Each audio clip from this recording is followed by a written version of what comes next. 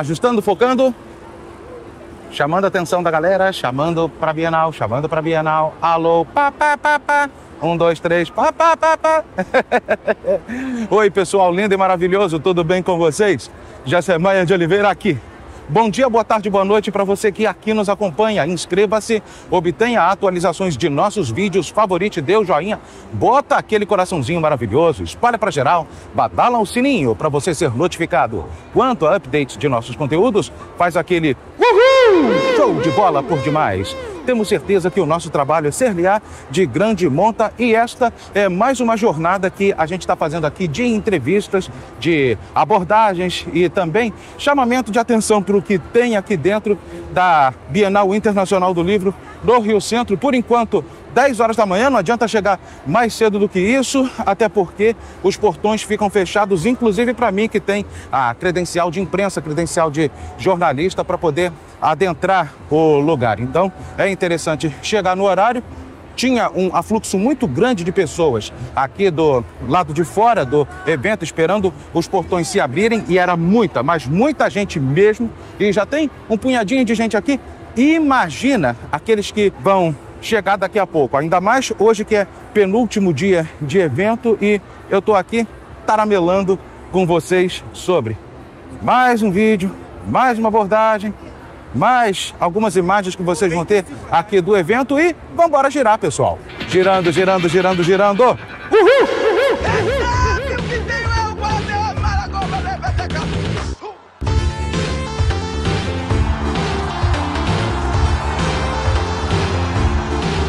O Batuque, o Horror e o Amor. Aqui uma série de contos calcados no folclore brasileiro com uma pitadinha de nada de horror. E aqui nós temos as suas obras de arte aqui sendo vendidas. Dama Oliveira, a dama da noite. Fala. Olá, boa tarde. Eu sou Dama Oliveira e estou na Bienal com meu livro O Batuque, o Horror e o Amor e as minhas artes. E o que é esse Batuque, o Horror e o Amor? Conta pra gente. É um livro de contos que é uma releitura do folclore brasileiro, de várias lendas brasileiras.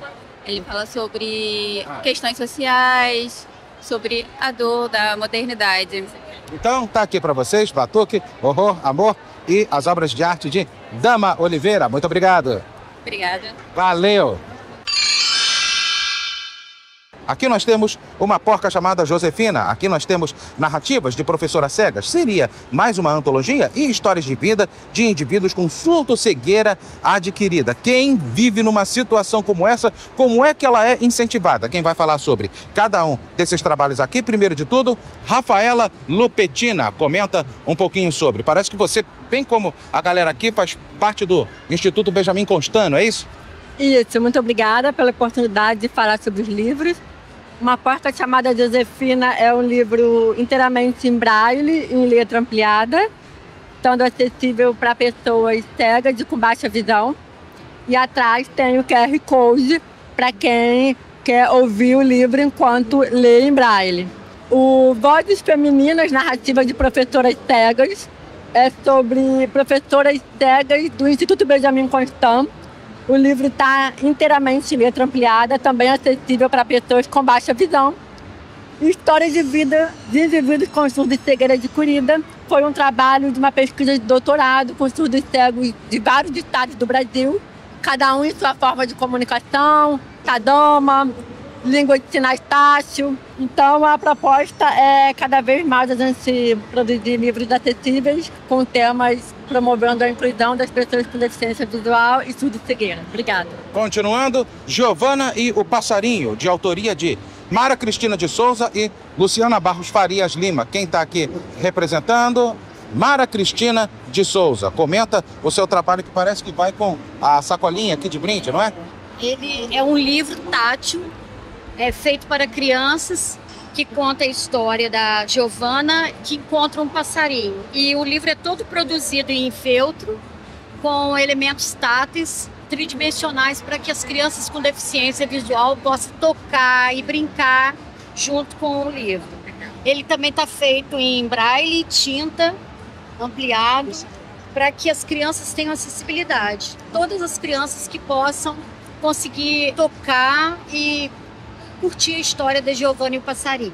Próxima, nós temos aqui uma criança cega, aparentemente, que é objeto de uma história contada por Patrícia Soares de Pinho. Como é que é esse Michael Jackson aqui da inclusão?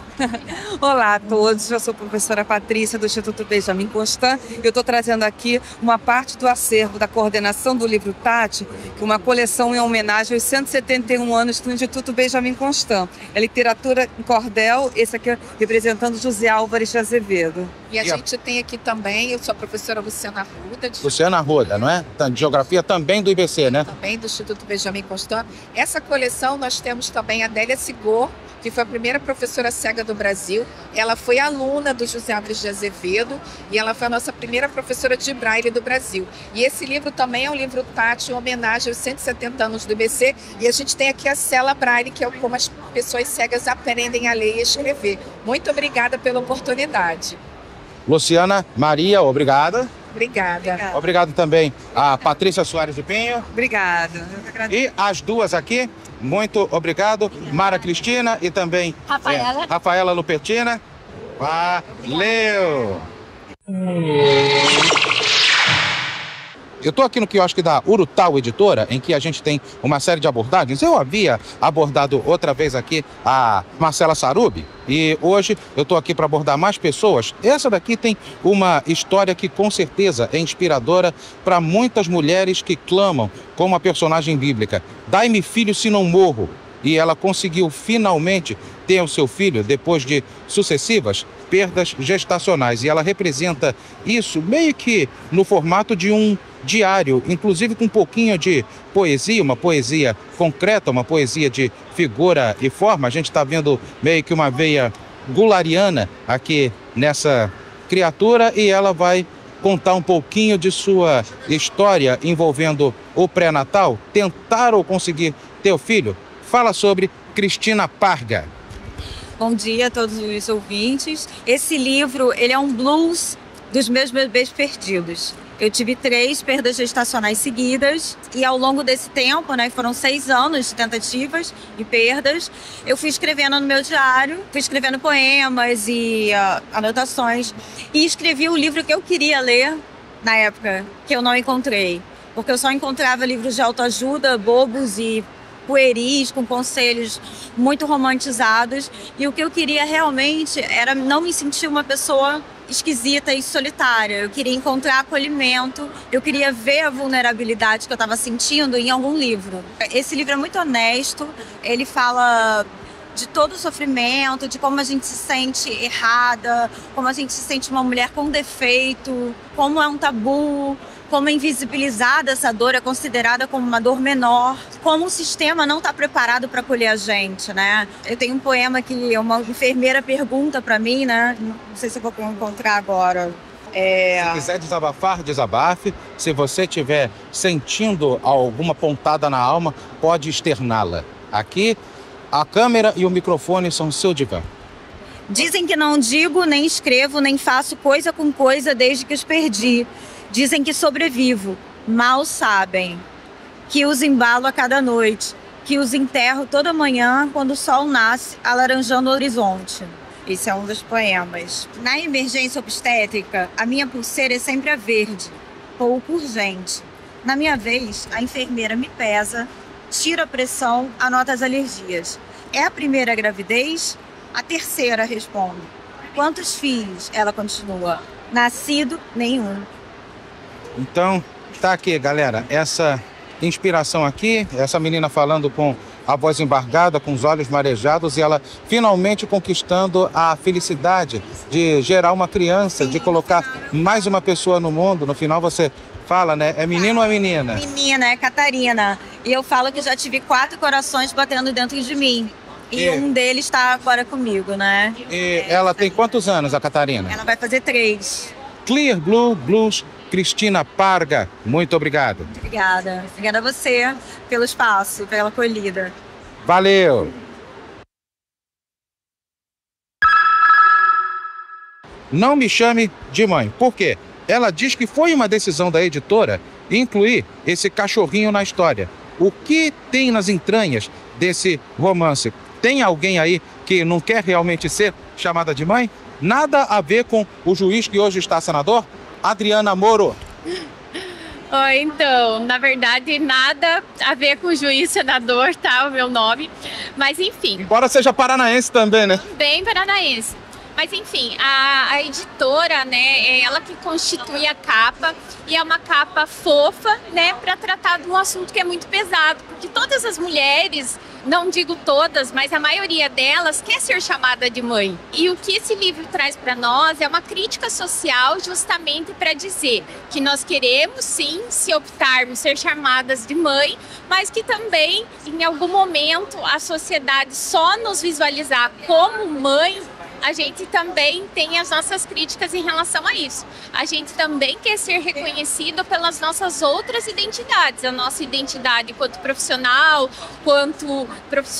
do lar, qualquer que seja o nosso fazer, mas que a gente não quer ser somente colocada nesse papel de mãe. E tem um personagem central, tem algum antagonista aparecendo aqui na história? Como que ela foi erigida?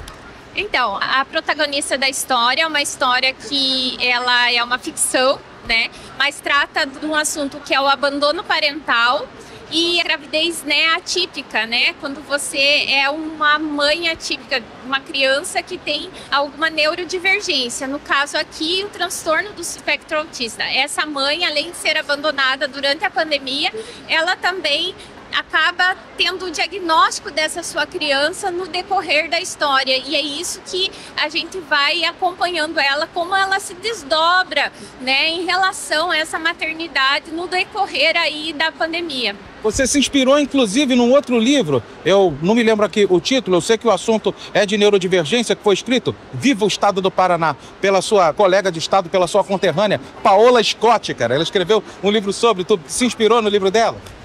Não, na verdade, esse livro eu fiz várias pesquisas, né? Principalmente porque eu trabalho com saúde mental, sou enfermeira de saúde mental, coordeno um CAPS no município de Mafra, Santa Catarina, e trabalho há mais de 23 anos na rede SUS e cuido dessas mulheres. E a falta de apoio dessas mulheres fez com que eu quisesse contar essa história. Então tá aqui, um pouquinho dessa história de Não Me Chame de Mãe, dessa enfermeira, dessa profissional de saúde, dessa mulher que soube realmente como lidar com os problemas, principalmente os problemas atípicos no que tange aos neurodivergentes. Adriana Moro, muito obrigada. Eu que agradeço. Valeu. Obrigada a você.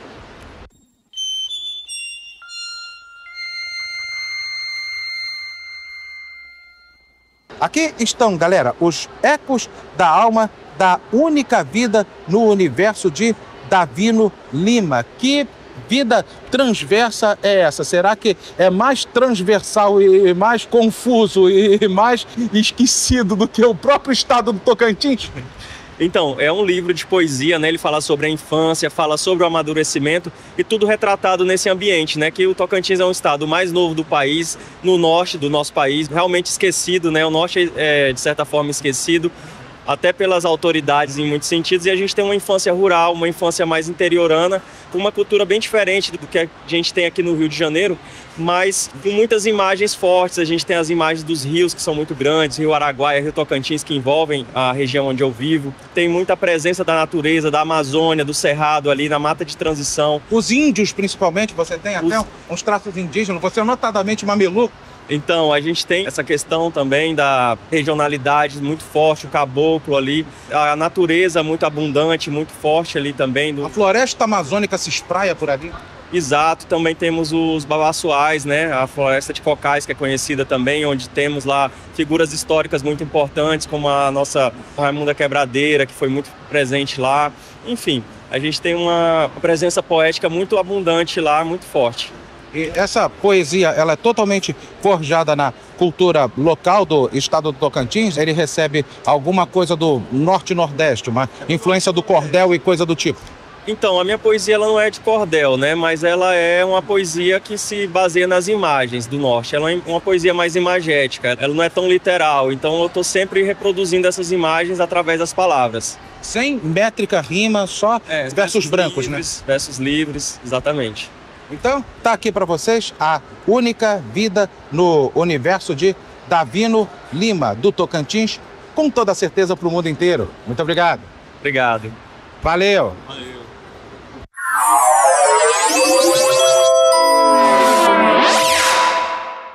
Menino Deus, num corpo azul dourado. Aqui nós temos uma literatura infantil e aqui do lado um grupo de pessoas que cada antologia homenageia. Quem está aqui? Wagner Marcílio, para falar um pouquinho sobre os seus trabalhos. Eu sou Wagner Marcílio, sou de São José dos Campos, interior de São Paulo. Eita! Vim de longe. Estou muito feliz de estar aqui no Rio de Janeiro, nessa Bienal maravilhosa, podendo compartilhar com todos os meus trabalhos literários. Entre eles, os mais recentes, Menino Deus, que é um livro onde eu fortaleço a importância do respeito e da diversidade e, o mais importante, a importância da leitura. O livro Uma Carta para Alguém, Não Importa Quem, é uma antologia de minha organização, de minha construção, onde eu convidei escritores de várias partes do Brasil no resgate das cartas escritas à mão. E as pessoas homenageadas no volume 2 foram as pessoas idosas.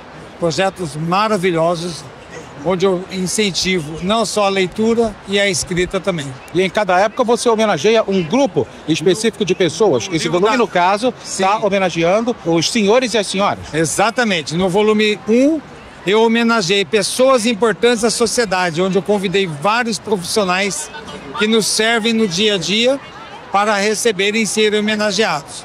No volume 2, eu convidei idosos para participarem e receberem uma carta de escritores.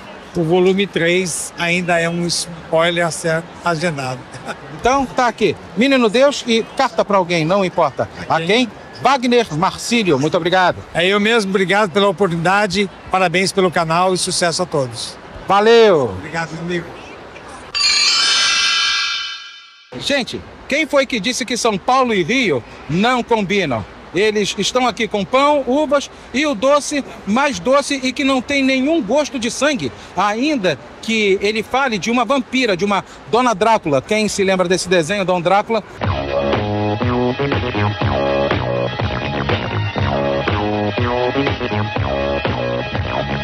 Com certeza vai se familiarizar aqui com a vampirinha mais querida, mais linda, que é um projeto de Suzana Ventura e Felipe Ribeiro Campos. Ela já está até mostrando aqui o que essa bruxinha vampira tem. Fala um pouquinho sobre. Oi, eu sou Suzana Ventura, uma das autoras do texto de Pão, Uvas e o Doce Mais Doce. E o Felipe Campos é o nosso ilustrador. A partir de provérbios, de parlendas, de rimas, com coisas que a gente conhece. Por exemplo, Gessé adivinhou que o doce mais doce é o doce de batata doce. 4 mais 5. 24. Acertou, miserável. A gente constrói uma história de amor entre uma vampirinha e um padeiro. E este é o nosso livro para a Bienal. Nós que somos autores já bastante conhecidos e premiados da literatura brasileira para crianças e jovens. Eu fui escolhido para ilustrar o livro porque eu gosto de histórias de terror para criança. Eu escrevo, desenho, pesquiso também. E aí, quando chegou o texto, eu fui buscar essas referências do gótico, do terror. Então, a parte da vampirinha é roxa, vermelho, preto, enquanto do padeiro é amarelo, alaranjado. Essa paleta de cores mais sombrias, cores mais frias para a vampira, cores mais quentes para o padeiro, né? Isso, né? Porque são os dois mundos, né? Cada um em seu próprio mundo, mas que mesmo assim, mesmo diferentes, eles se dão super bem. Impressionantemente, essa vampira não faz uma maldade, né? Ela só quer amar. Letra I de amor.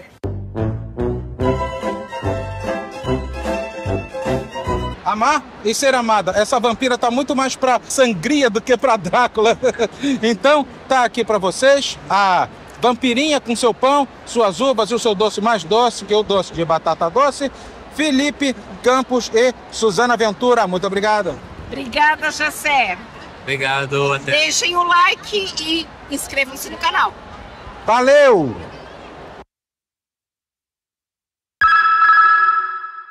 O tempo que resta depois do Natal. São fatos, é uma coisa, aliás, baseada em fatos, que conta a história de uma pessoa que, mesmo passando muito tempo do lado do traste, ela pôde recomeçar. relacionamentos tóxicos um dia se acabam. Elaine Araújo Brito, comenta um pouco sobre o seu trabalho. O meu trabalho é contar uma história de uma mulher que não teve oportunidade de estudar, não teve oportunidade de desenvolver a própria vida, ficou presa em amarras pelo casamento, pela sociedade, pelo machismo estrutural que ainda atravessa a sociedade brasileira. Só que essa mulher, ela consegue se libertar. Na noite de Natal, ela diz à família que a partir dali ela vai viver uma nova vida. Ela tem novas expectativas e ela vai embora, ela deixa para trás uma vida em que ela não vivia para si, ela vivia para os outros, principalmente para um marido que não lhe dava nenhum valor. Um marido que bebia, que a traía, e essa mulher consegue, por esforço próprio, reescrever a sua história, mesmo prestes a fazer 60 anos. Então é uma história muito bonita, de autodescoberta e de novos horizontes que se abrem quando a gente acha que a vida já está perto do fim. E, na verdade, ela está começando a viver a partir dos 60 anos. Uma história triste, porém de final feliz. Exatamente. Compensa vocês procurarem O Tempo que Resta Depois do Natal, de Elaine Araújo Brito. Muito obrigado. Obrigada. Valeu. Lambeduras em um solo aquático. Aqui tem todas as suas impressões de vida do tempo que ela era pagã. Todos os escritos que ela acabou reunindo nesse livro, onde ela fez algumas pequenas adaptações dos seus versos para a realidade que ela tem agora. Suas redescobertas, principalmente na religião. Soraya Mascarenhas Neves comenta um pouquinho sobre o seu trabalho. Esse livro ele foi escrito há muito tempo. Ele não foi pensado para ser livro, ele foi escrito para um blog virtual. Foi pensado também no formato de poesias, porque é a forma que eu tenho mais facilidade de me expressar. O subtítulo dele seria Poemas de Encantaria, mas tá a intenção do que eu pretendia, né? Sobre encantaria, sobre magia, sobre o paganismo, ele ficou subjacente nos poemas. Tem essa conotação porque era a época em que eu estava envolvida espiritualmente com grupos pagãos, mas também tinha a ver com quem eu era naquela época, como eu me relacionava. Não é só sobre espiritualidade ou sobre paganismo, né? Não é sobre encantaria. Mas o mágico, sobre o oculto, sobre os mistérios, tinha grande parte nessa época. Tanto que na dedicatória eu coloco isso. Essa dedicatória já é mais recente, né? Porque já tem mais a ver com as questões do candomblé. Isso foi de uma época em que eu falava sobre paganismo, bruxaria, mas hoje em dia eu sou do candomblé, então eu dedico aos meus orixás inquices ancestrais. Você, inclusive, fala isso no finalzinho do livro. Você apresenta uma espécie de pós-fácil em que você monta a sua biografia e você fala sobre essa sua vida, essa sua vivência dentro dessas suas redescobertas. É uma pequena biografia, né? Você explica quem você é, o que você faz, o que você já fez, né? Eu sou psicóloga, estive envolvida com grupos de militância, com grupos anti-violência LGBT, trabalhos envolvendo atendimento a mulheres em situações de violência em Salvador. Isso foi o coletivo Muitas Psi, dentro do CRP3, o GT Psig e o GT de Psicologia e Gênero. Então são sempre questões envolvendo a mulher.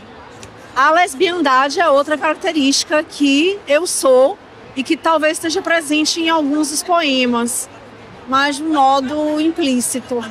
Então tá aqui para vocês as lambeduras do solo aquático de Soraya Mascarenhas Neves, essa militante, feminista e lésbica também, psicóloga. Isso daqui tem uma atividade muito prolífica, muito além até da própria poesia. Muito obrigada. Muito obrigada a você também.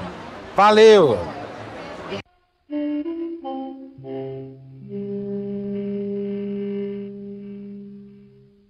The Baby Seeker.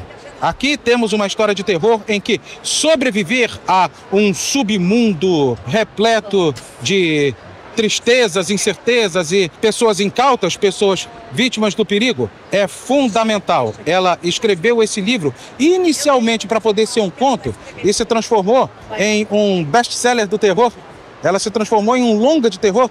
Débora Liz, comenta um pouquinho sobre. Aliás, você não mora no Brasil, você é paulista de nascimento, né? Não, eu sou de Santa Catarina. Isso, você é catarinense, mas mora em Los Angeles, né? Isso, faz 10 anos e meio que eu moro em Los Angeles. Esse livro, ele foi baseado, na verdade, num curta de terror premiado que fizemos e produzimos em 2023. E eu quis expandir a história para um longa-metragem e eu fiquei muito empolgada e virou um livro. Então, basicamente, é uma brasileira que ela se muda para os Estados Unidos para trabalhar com uma família como au pair. E ela acha que vai viver um sonho americano. Quando ela se vê em uma teia de segredos, rituais, e essa família que aparentemente parece ser perfeita e feliz, não é bem o que ela esperava. Então ela vai ter que descobrir como sair desse emaranhado de segredos no qual ela se encontrou. E por que ela se encontrou por que ela se imergiu nesses segredos? Com certeza algum mistério do passado tem, né? Olha, que engraçado você falar isso, porque o cara é foda, patroa. Conforme o livro, você vai lendo o livro, você percebe que, na verdade, ela fugiu do Brasil por causa do passado dela.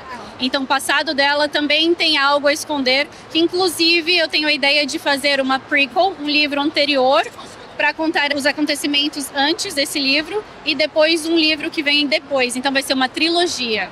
Então, tá aqui para vocês, The Baby Seeker. O que será que se esconde na vida dessa família? Praticamente, pelo olhar dela, eu julguei o livro pela capa. É mesmo, né? Débora Liz, muito obrigado. Muito obrigada a você, Gissé. Valeu! Valeu!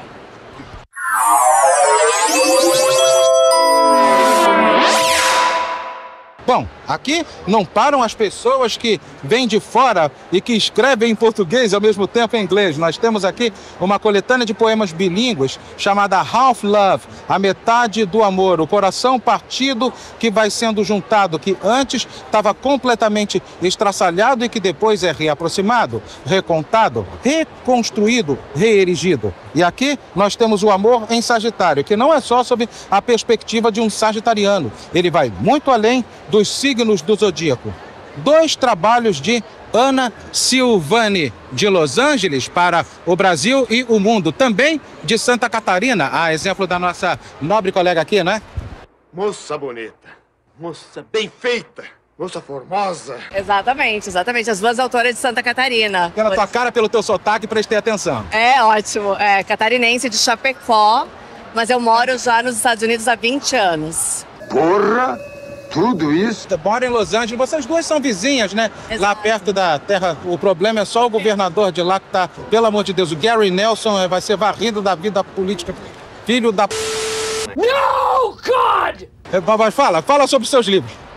Então eu tô lançando aqui meu primeiro livro, porque é a primeira vez que eu estou na Bienal, então eu trouxe o primeiro livro, que é o Half Love, Metade Amor. E esse livro é a coletânea de 10 anos de poesias sobre esse coração dividido pelo meio. Um coração que é metade brasileiro e metade americano. E ele tenta ser completo, né? Então eu tô tentando amar completamente, tanto em português, tanto no Brasil, como nos Estados Unidos. Então tem essa guerra, né? Aonde que eu vou? Vou ficar aqui no Brasil? Vou ficar nos Estados Unidos? É uma dicotomia mais de nacionalidades do que propriamente de culturas, né? Mas é também de cultura, A gente ama diferente aqui no Brasil. A gente convive em sociedade diferente aqui e nos Estados Unidos. Então ele trabalha isso também. Quando eu escrevo em inglês, por exemplo, a maneira que eu penso, a maneira que eu componho os poemas são diferentes quando eu componho em português. Então tem isso. As amizades são diferentes, os amores são diferentes. E ele trabalha com isso, com a questão da imigração, do amor ser diferente, o amor brasileiro, o amor americano. São esses 10 anos de coletânea poética. Por isso, Half Love, Metade Amor. Você tem mais algum livro em mira? Tem. Esse aqui é o seu primeiro livro? Esse é o primeiro. É o segundo? E aí eu estou na Bienal oficialmente lançando O Amor em Sagitário. Sim. Tá? Por que Sagitário? Tá? Porque eu sou sagitariana, claro, mas eu tenho as primeiras 5 planetas, categorias astrológicas são em Sagitário. Então é ascendente, Lua, Netuno, Marte, tá tudo em Sagitário. E aí quando eu comecei a escrever esse livro, eu pensei, qual seria o título, né? Eu tive uma dificuldade em escolher o título.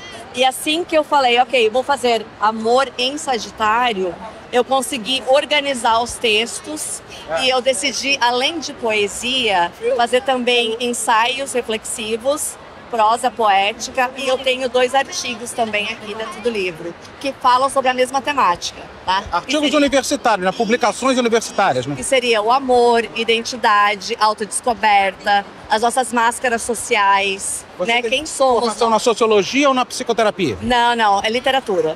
Ah, tá. Literatura. Universo literário, né? Abrangendo a literatura brasileira, como também, por que não falar de William Shakespeare? Ninguém para falar mais do que o amor desbragado, o amor impoluto, o amor incompreendido, senão Shakespeare. Com certeza absoluta, exatamente. E eu também falo aqui sobre a Bell Hooks, que é uma filósofa negra americana, que é muito popular aqui no Brasil também, e ela fala muito sobre a temática do amor. Então, em um dos artigos, eu estou comparando como é o amor na visão da Bell Hooks e a visão da Marianne Williamson. Então, eu faço a comparação também. Então, todos os textos, eles filosofam sobre o amor. O detalhe é o que, na parte 2 do livro, eu tenho 2 poemas para cada signo. Tá? Que tem gente que fala, só tem então texto para sagitariano. Eu falei, não. Todos os signos também receberam 2 poesias. Então tá aqui. Perhaps Love. Vou começar a cantar aqui. Perhaps Love. Acho essa música lindíssima. Aqui falando de talvez amor, ou half love, ou a metade do amor. E aqui o amor abrangendo todos os signos, muito além de Sagitário. Isso. Ana Silvani, muito obrigado. Muito obrigada, muito obrigada. Muito obrigada mesmo. Valeu. Valeu.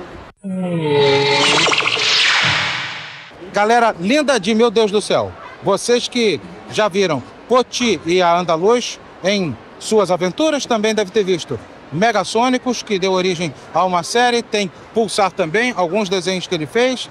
E a novidade aqui, que é a máscara. Fora isso que todo mundo já conhece, vocês já me viram falando com ele em outros carnavais, ele está aqui de volta, talvez para apresentar algum lançamento, né? Valu Vasconcelos, grande Carlinhos Brown. Prazer conhecê-los e prazer para quem já me conhece, prazer todo mundo que está ligado nesse canal, que é maravilhoso. Estamos aqui na Bienal do Livro de 2025 para trazer essa novidade, o volume 2 dos Megasônicos. Você que já tinha conhecido o volume 1 na última temporada, agora vai conhecer o que aconteceu com o Arco da Nerite e sua nova armadura para salvar o mundo desse mal tecnológico que vem de Victor Lara. Algum projeto futuro, fora o que está aqui sendo vendido? Futuro. Eu acabei de fazer 2 filmes. Um filme para... Posso falar? Acho que eu posso falar. Sim. Não guardo segredo, não vou guardar dinheiro, não vou guardar segredo. Ainda bem. Tem um para Disney Plus, que é o Cedo Demais, que você pode ver daqui a pouquinho. E tem um que acabou de sair no cinema, que é uma mistura de ação com existencialismo chamado A Outra Forma. Uma coprodução Brasil com Colômbia. Bem louco! Que está ganhando prêmios pelo mundo inteiro. É muito maneiro. E para quadrinho, próximos meses vem Marina e Kati, também dos Megasônicos, e vem também o Quest Asabi Atravessar. Algum longa, algum curta, ou um syndicate em desenho ou 3D? Então, vem um filme, esse eu não tenho um nome ainda oficial. O que está rolando agora é Astrolábio, que também é uma coprodução com outra empresa da Colômbia. Então, tá aí, pessoal. Um pouquinho da sua literatura, dos seus trabalhos e também dos seus rabiscos, dos seus quadrinhos. Valu Vasconcelos, veterano nessa área, mais de 30 anos dedicados ao desenho, ao 3D e tudo. É isso. Um grande abraço a todo mundo que está seguindo esse canal. Dá aquele like bacana, se inscreva aqui no canal, porque afinal de contas, próxima Bienal eu quero vocês de volta. Valeu!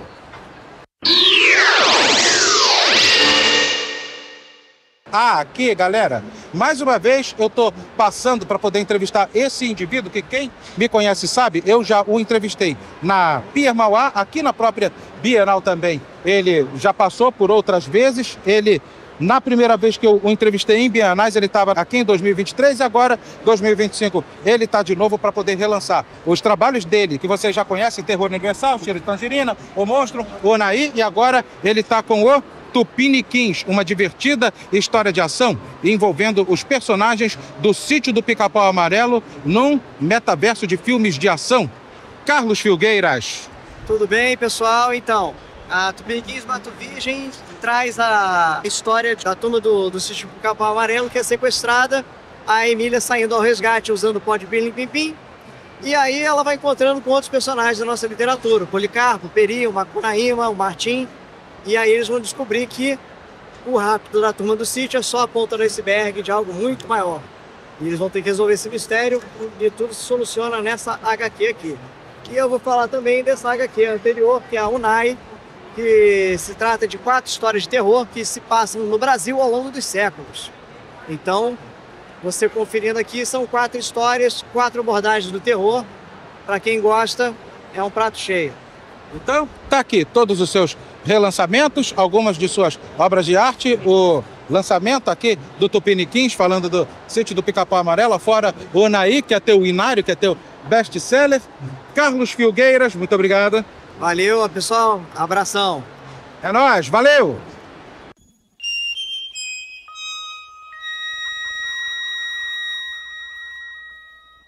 Aqui tem um algodão doce que foi feito por uma pessoa... Não. O que eu vou falar é exatamente isso daqui. Entrelaçados, a história do mestre Ricardo Andrade e sua escola Highway One, falando da sua proposta que vai muito além das próprias lutas livres. É uma proposta de educação. Agora você pode dar a bunda pra gente?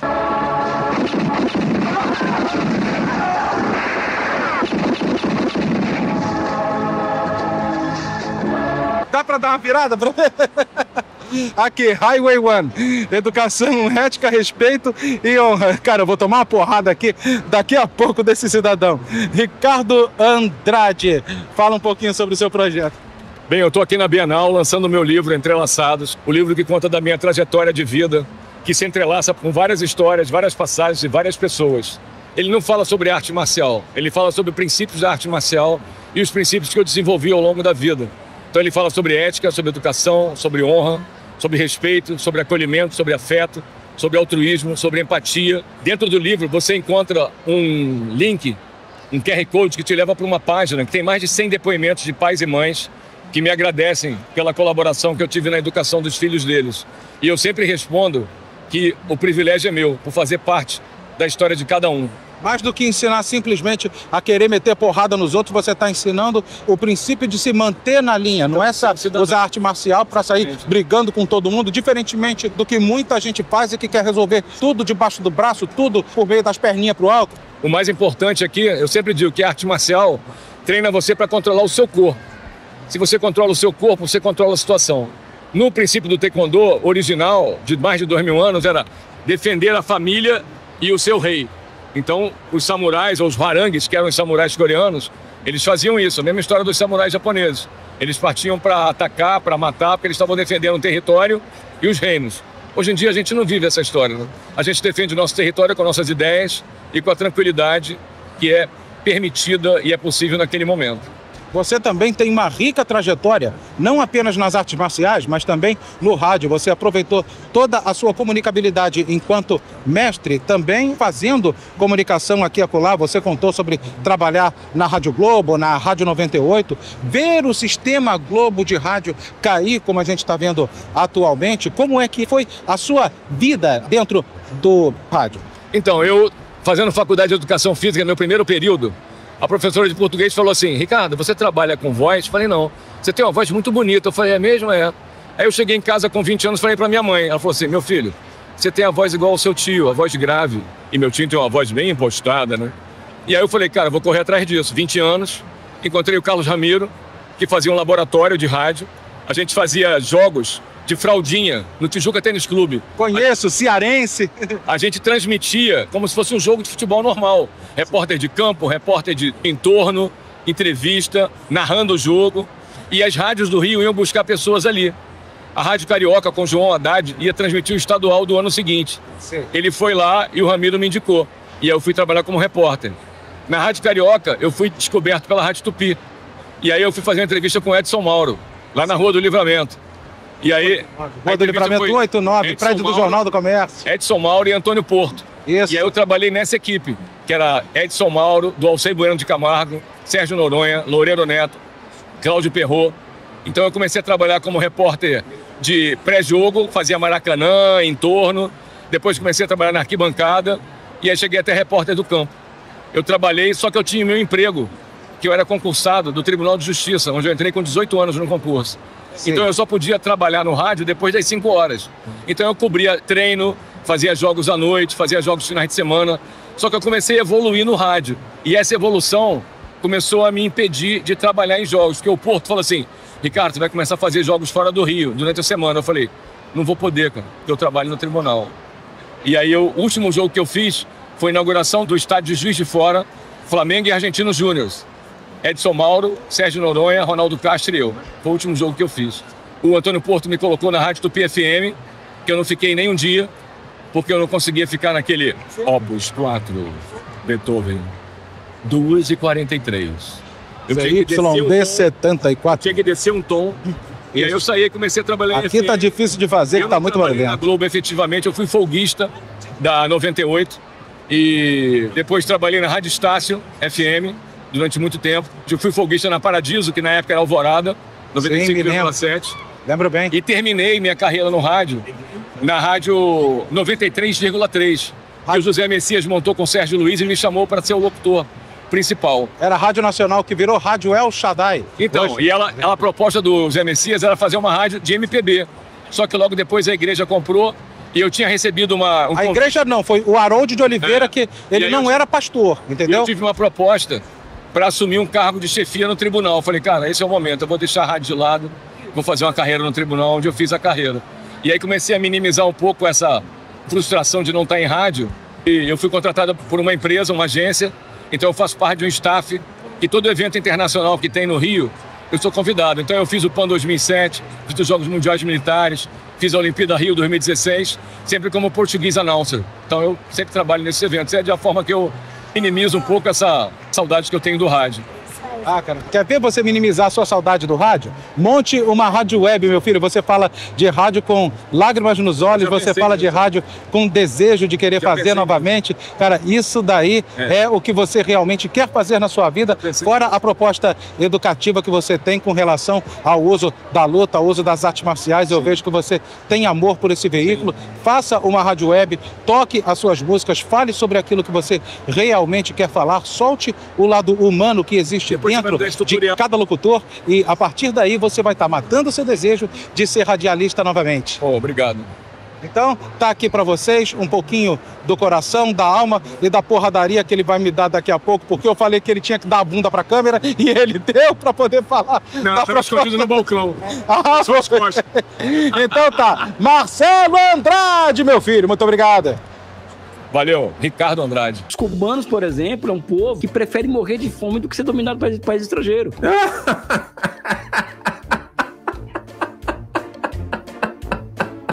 Ricardo Andrade, meu filho, muito obrigado. Eu que agradeço. Agradeço a você demais. Valeu!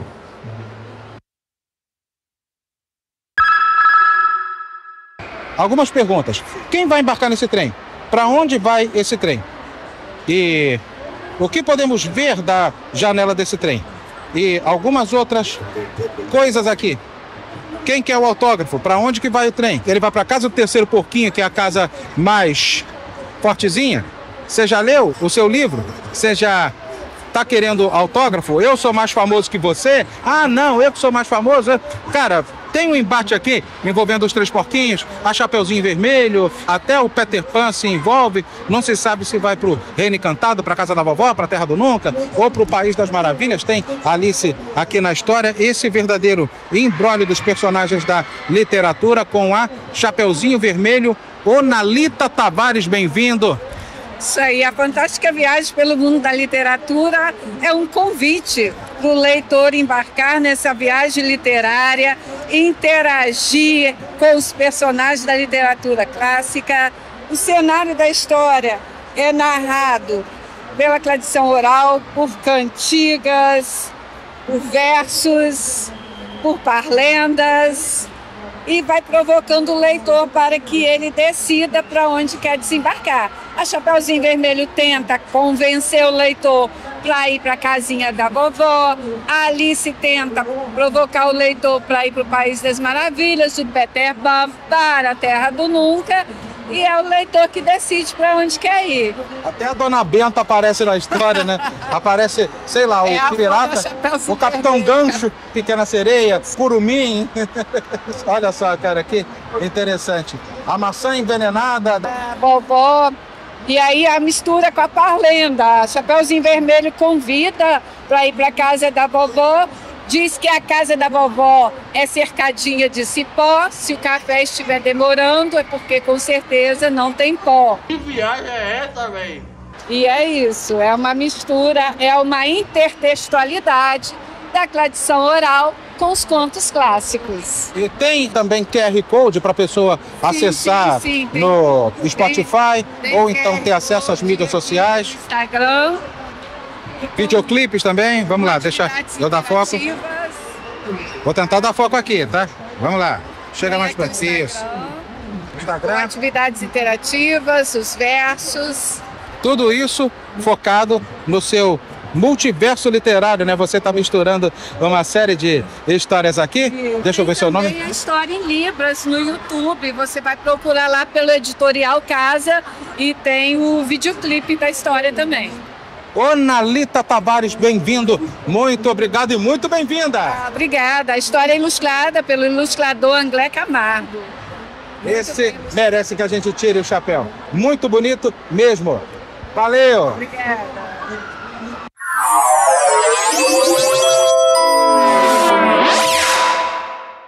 A escolha da princesa Caroline. Alguns botões, alguns materiais aqui específicos que nem de longe lembram o que ela lançou aqui na Bienal de 2023, dando conta da síndrome de burnout. Alessandra Pimentel, qual é a escolha dessa princesa?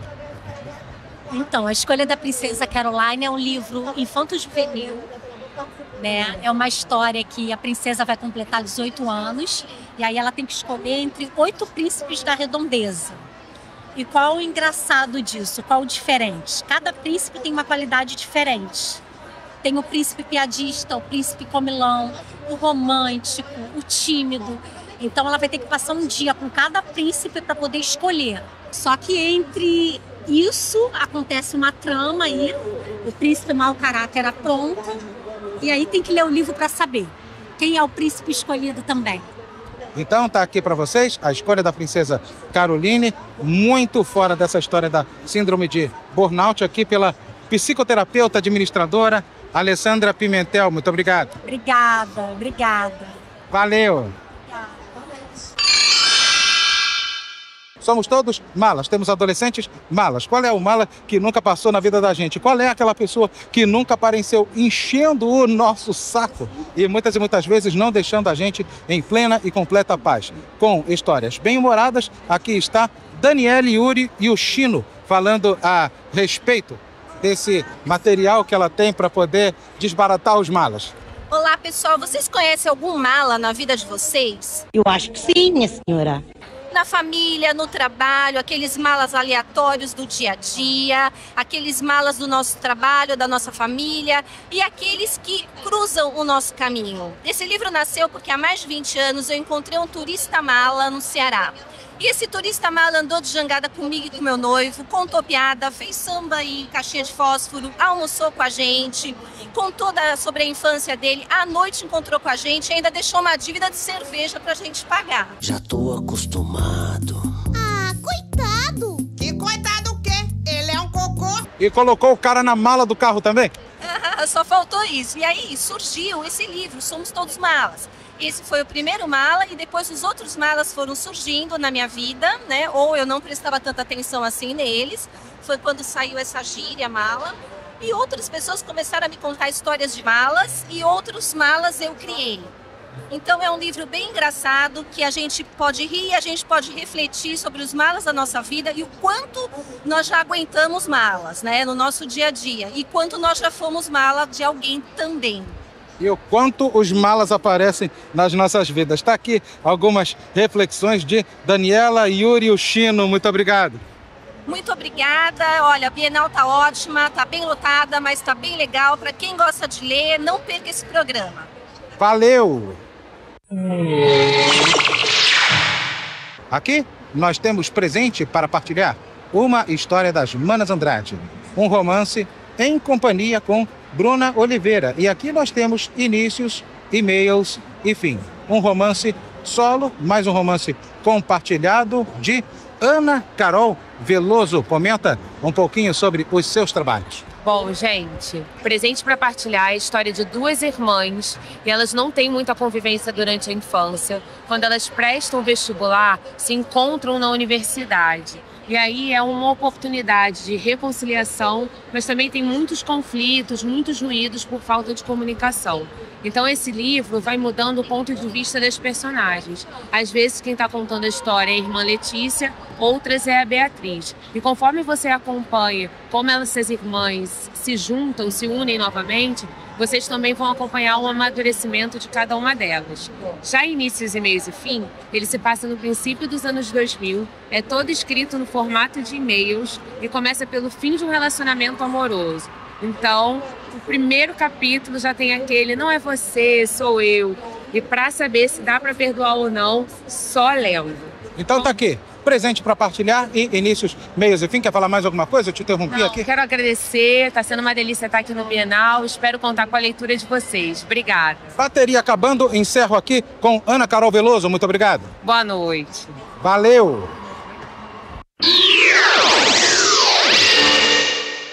Aqui nós temos uma romance fantasia que se passa no Castelo Marsala. Renata Silva, escreve, garota, e comenta sobre o seu trabalho. Olá, pessoal. Eu quero apresentar meu livro. Ele é um romance de fantasia urbana, onde a base da história é a realidade, mas tem elementos fantásticos, que conta a trajetória de uma garota, que ela deixa o país dela, ela vai buscar um sonho. Então ele é um conto de fadas moderno, diz respeito a se encontrar o seu propósito, o seu lugar no mundo. Então tá aqui para vocês, o Castelo Marsala, Lendas de Hundiúna, exatamente isso, de Renata Silva. Muito obrigado. Muito obrigada, pessoal. Um beijo. Valeu!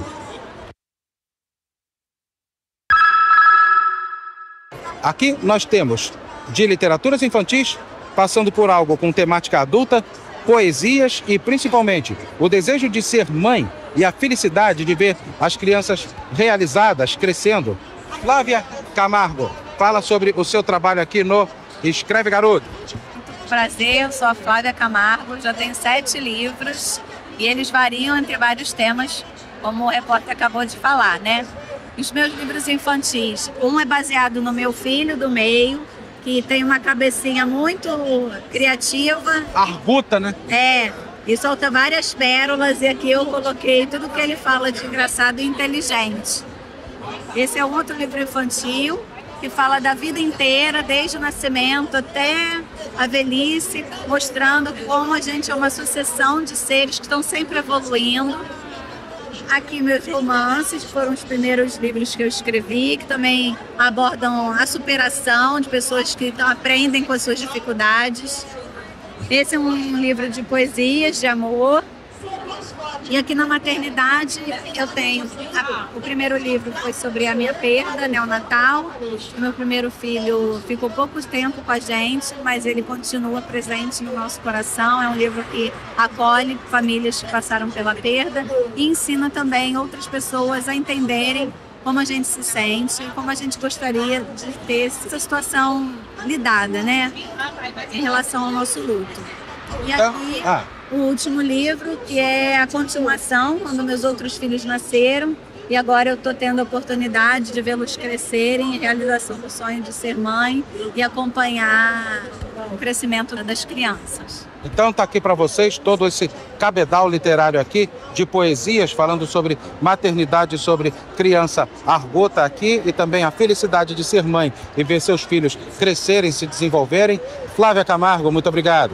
Obrigada a você. Valeu!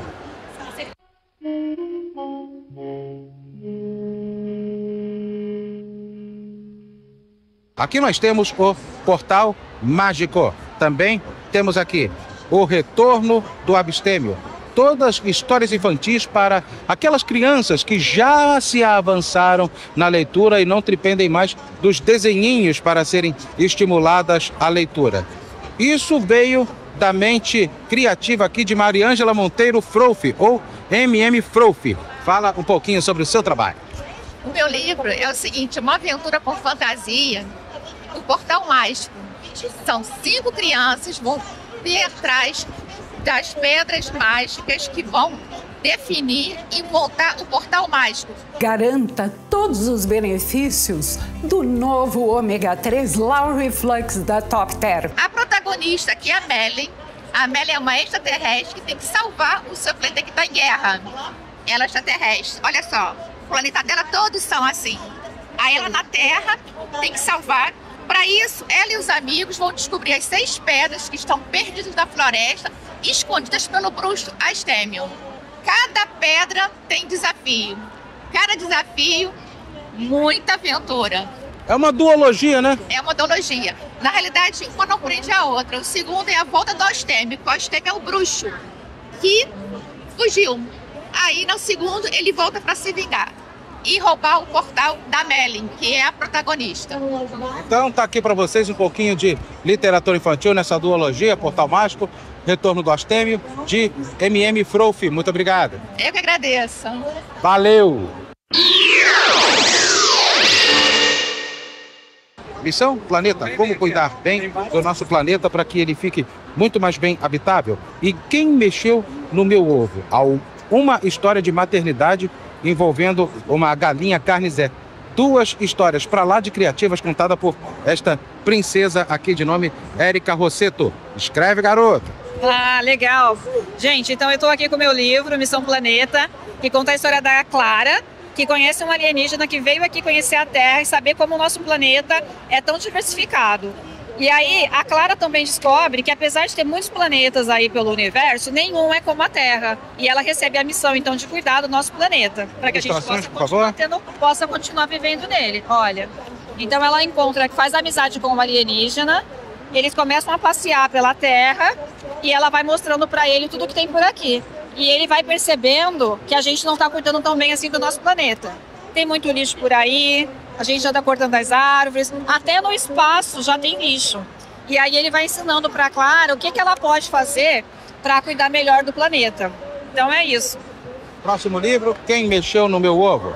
E Quem Mexeu no Meu Ovo, a gente vai conhecer a história da galinha Gigi, que ela tem um sonho de ter um filhote, mas quando ela decide colocar esse sonho em prática, ela vai enfrentando alguns desafios. Porque os ovinhos dela todos os dias são tomados pelo fazendeiro que cuida da fazenda. E aí ela chama uma amiga muito querida para ajudar ela a desvendar o mistério do sumiço dos ovos. Quando ela descobre o que está acontecendo, ela se enche de coragem e enfrenta o fazendeiro até ela conseguir realizar o seu sonho e ter o seu filhotinho com ela. Olha. Que bonitinho, cara. Gostei do livro, gostei das ilustrações aqui com ilustrações de Isabela Weber e de Thaís Fidêncio. Quem Mexeu no Meu Ovo e Missão Planeta, Érica Rosseto, muito obrigado. Obrigada. Valeu! Aqui, galera, o Escreve Garota não para. E ele tá aqui com, de repente, Cão e Gato, em que existe aquele duelo de cão e gato para saber quem vai ficar com o talento de um e de outro.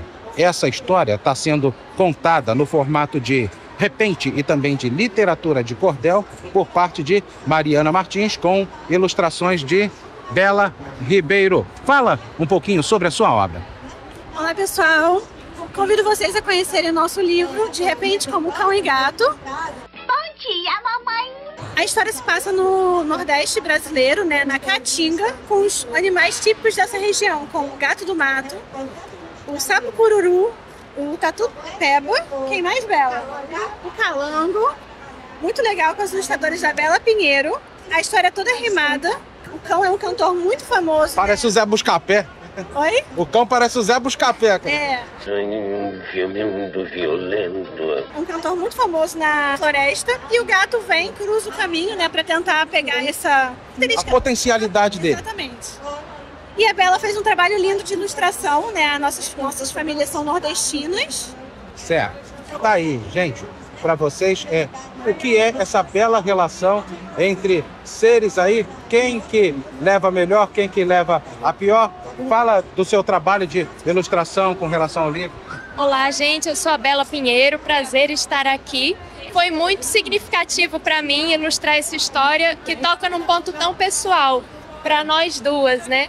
Então, trazendo música, trazendo diversão e trabalhando essa questão da inveja, trazendo um belo ensinamento. Então, estou muito feliz de estar aqui coroando esse momento. Eu é que fico feliz em falar com vocês duas. Bela Pinheiro e Mariana Martins, muito obrigado. Obrigada, tchau, tchau. Valeu.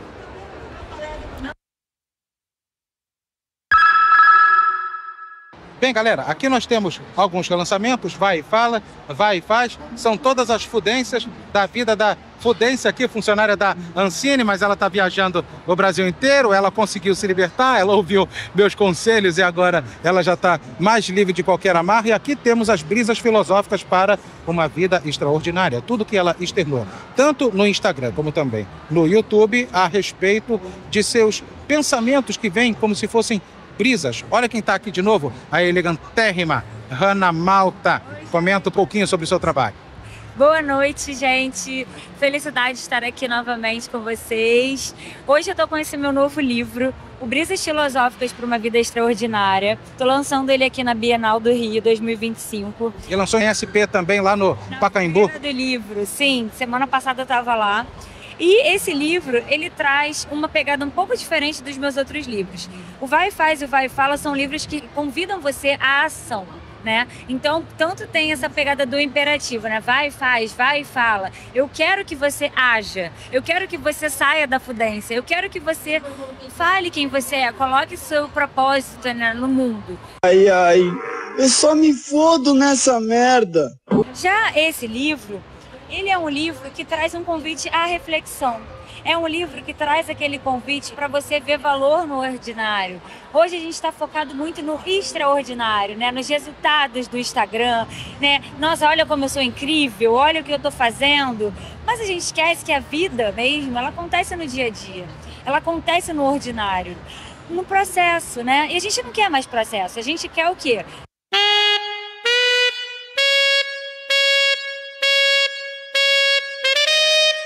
O flash, né? A gente quer o resultado pronto. Então ele é um livro que traz 100 textos, 100 brisas com esses temas, né? Coragem, como que a gente pode enxergar valor nos nossos processos, sabe? Acolher os nossos inícios, entender que às vezes a gente quer uma coisa para ontem, mas não está no nosso tempo ainda. Então é um livro que convida a pessoa a refletir. E é um livro focado em mulheres. Ele tem muitos textos que eu trago sobre o feminismo, né? Eu tenho estudado muito sobre isso. Hoje eu tenho um trabalho em grupo com uma querida amiga, Priscila Tames, que foi até quem fez o prefácio deste livro, que é um grupo de cuidado para mulheres, o Caminhos Biográficos. Então esse livro ele traz muito essa temática para as mulheres, sabe? Mulheres que estão cansadas de performar, mulheres que querem um tempo para elas, sabe? Mas não tem, né? Nessa correria louca de querer mais e mais. Então ele é um livro que traz esse momento, sabe? Da pessoa com ela mesma, para ela poder pensar na vida, né? Refletir e tirar, né, alguma coisa assim proveitosa dessa leitura. Então tá aqui, mais uma leitura proveitosa, afora todo o kit que ela tá vendendo de Vai e Faz, Vai e Fala, mulheres que inspiram, mulheres que se encorajam, tem todos os souvenirs aqui dela, as blusas, que ela vende inclusive na loja temática dela, não é isso? Isso. Eu tenho um site que você pode comprar todos os produtos, tanto os meus livros físicos quanto os meus produtos. As blusas, assim, ó, são desse modelo. Ó, essa é Mulheres que Escrevem Mudam o Mundo. Olha essa que linda, para quem tem meninas corajosas. Então você encontra todos os meus produtos e os meus livros físicos no meu site www.hanamalta.com.br e no meu Instagram também, @hanamalta. Então tá aqui, Hannah Malta e suas fudências. Muito obrigado. Obrigada, gente. Boa noite. Valeu. Galera, nessa Bienal a gente faz tudo, menos descansar. A gente anda pra lá e pra cá, conhece essa, aquela pessoa, a gente para de entrevistar e aparecem outros 50 ou 60 para a gente poder conversar. E assim a gente encerra a nossa rotina de atividades, pelo menos por hoje. Não acabou não, não parou não. Tem muito, muito mais. Assim sendo, vamos ficando por aqui, prometendo voltar, se assim o nosso Deus quiser e, é claro, permitir, com mais sabe-se lá Deus quando. E lembre-se sempre, com Deus à frente, você é mais que vencedor. Fiquem todos com Ele, portanto, e a gente, como sempre, se vê. One more time. One more time. See you next time.